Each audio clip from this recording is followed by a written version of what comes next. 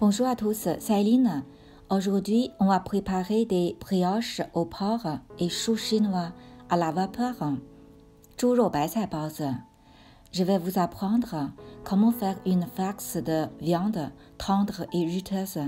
Vous pouvez trouver tous les ingrédients dans la description sous ma vidéo.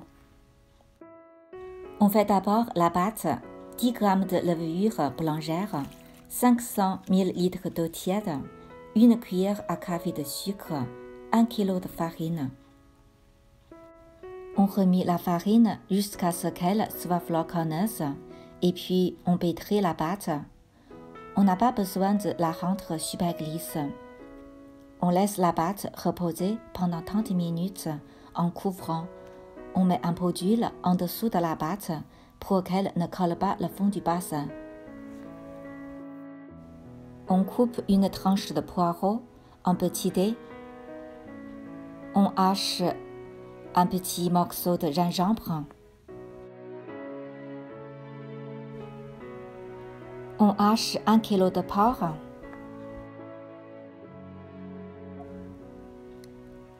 On va mariner la viande. On met 1 cuillère à café de poivre, de sel, de sucre. On met 2 cuillères à soupe de sauce soja claire, 1 cuillère à soupe de sauce soja foncée. Le gingembre, on le remet.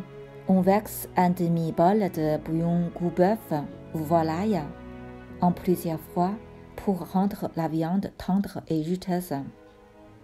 On mélange la viande jusqu'à ce qu'elle soit collante. On met un peu d'huile. On la laisse mariner en couvrant dans le réfrigérateur. Après 30 minutes de repos, on pétrit à nouveau la pâte. Elle devient rapidement lisse avec quelques pétrissages. On la laisse pousser jusqu'à ce qu'elle a double de volume en couvrant pendant 2 heures. Ça dépend de la température ambiante. On coupe dizaines de feuilles de choux chinois très fins dans le sens de la longueur en filaments. Et puis, on les hache en petits dés.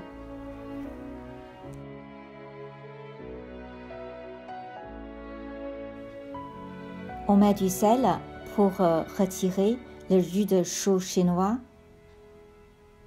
Après 5 minutes, on presse le jus de chou chinois avec les mains. On mélange le chou chinois et la viande bien ensemble. À la fin, on ajoute les poireaux hachés et 3 cuillères à soupe d'huile. On conserve la farce dans le réfrigérateur avant de préparer les disques de brioche. Après 2 heures, la pâte a bien poussé. On pétrit la pâte pour chasser les bulles de la pâte. On la sépare en deux. On couvre l'autre pâte pour qu'elle ne dessèche pas.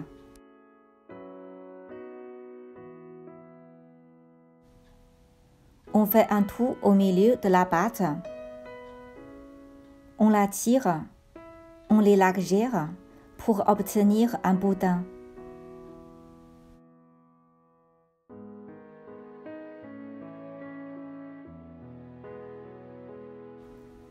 On le divise en 16 parts égales.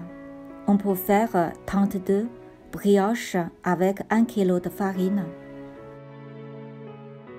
On prend une part, on couvre les autres. On pétrit la petite pâte jusqu'à ce qu'elle soit lisse. On l'aplatit avec la paume de la main. On l'étale avec le rouleau. On pose le rouleau au bord de la galette. On n'étale que le bord de la galette en tournant pour obtenir un disque de la taille un peu plus gros que notre paume des mains. Il est fin autour et épais au milieu. On dépose au centre du disque une cuillère à soupe de la farce. On tasse bien la farce.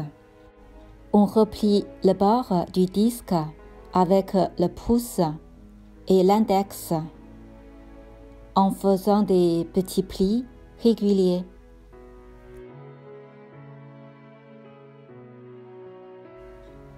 On peut penser 18 ou 20 plis pour une brioche. On continue de faire les plis jusqu'à ce que le disque se referme sur elle-même. Ensuite, on retire l'excédent de pâte qui reste.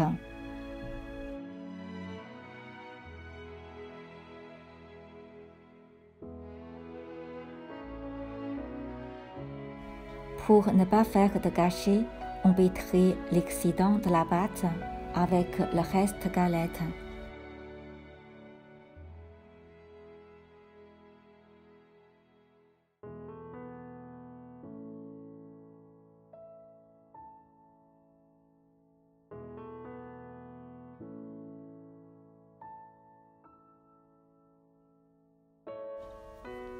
On va faire un autre style de brioche. On pince les mêmes plis réguliers.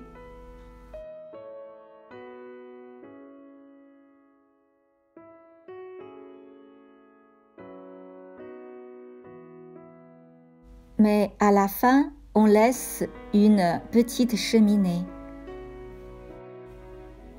On laisse les brioches reposer pendant 1 heure sans couvrir le couvercle afin que les plis de brioche ne soient pas déformés.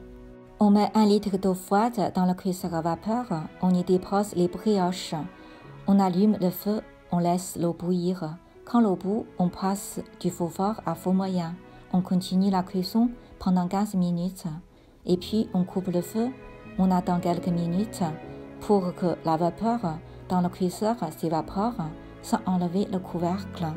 On ouvre lentement le couvercle pour laisser la vapeur s'évaporer lentement. On prépare un bol d'eau froide pour retirer les brioches. On trempe les doigts dans l'eau froide et puis on retire une brioche.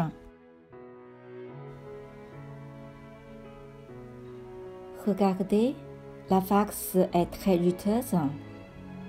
La viande est tendre et la brioche est si moelleuse. On peut conserver les brioches dans un sac de congélation au congélateur. On peut les réchauffer dans le cuisseur à vapeur ou dans une poêle. Merci d'avoir regardé et de partager ma vidéo. Si vous aimez ma chaîne, abonnez-vous. Et n'oubliez pas de liker et d'activer la notification pour recevoir ma nouvelle vidéo. Rendez-vous au prochain plat Cook with Eileen.